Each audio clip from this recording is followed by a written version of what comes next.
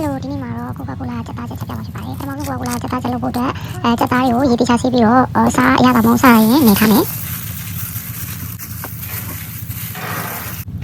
ပုတ်ပွက်ချူအောင်တင်ထားတဲ့ရင်းနှီးတွေကိုအစောကအရသာမုန်းနေထားတဲ့ချက်သားကိုထည့်ပြီးတော့ပြုတ်ပါမယ်။အဲ့လိုပြုတ်တဲ့အခါနည်းနည်းအနံ့မှုရအောင်ညှိနှံလေးကြောက်အောင်ဂျင်းလေးပါပါလေးထည့်ပြီးတော့မှပြုတ်မယ်ပေါ့နော်။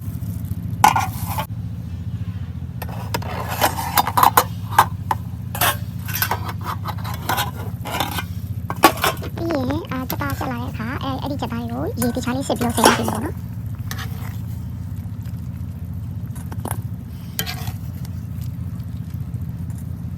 ပြီးရင်ဒေဝကိုမျိုးကိုတင်မယ်ပြင်စီထည့်မယ်စီဆူလာပြီဆိုလို့ရှိရင်အစောကပြုတ်ထားတဲ့ချက်သားလေးတွေကိုထည့်ပြီးတော့အဝါရောင်တန်းလာတဲ့အထိကြော်ပေးမယ်ပေါ့နော်။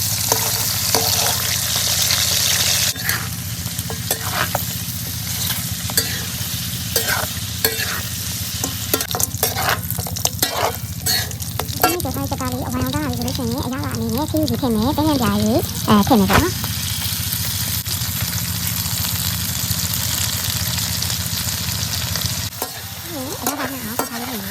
ဆိုလို့ရှိရင်ပါပါလေးထားတဲ့ဂျင်းလေးနည်းနည်းထည့်ပြီးတော့ Coca-Cola ဘူးကြီးတစ်ပူဖောက်ထည့်ပါမယ်။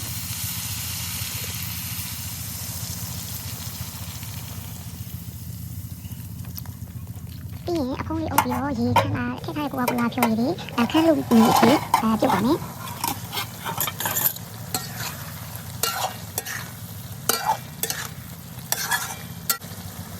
Coca-Cola ရည်လေးခန်းCoca-Cola ဖြော်ရည်လေးခန်းကနေတော့ဆိုလို့ရှိရင်တော့အဖုံးရဖွင့်ပြီးတော့နှမ်းနေဖြူမယ်နှမ်းဖြူကြီးဆိုလို့ရှိရင်တခြားလေးနာဝင်မယ်ပေါ့နော်။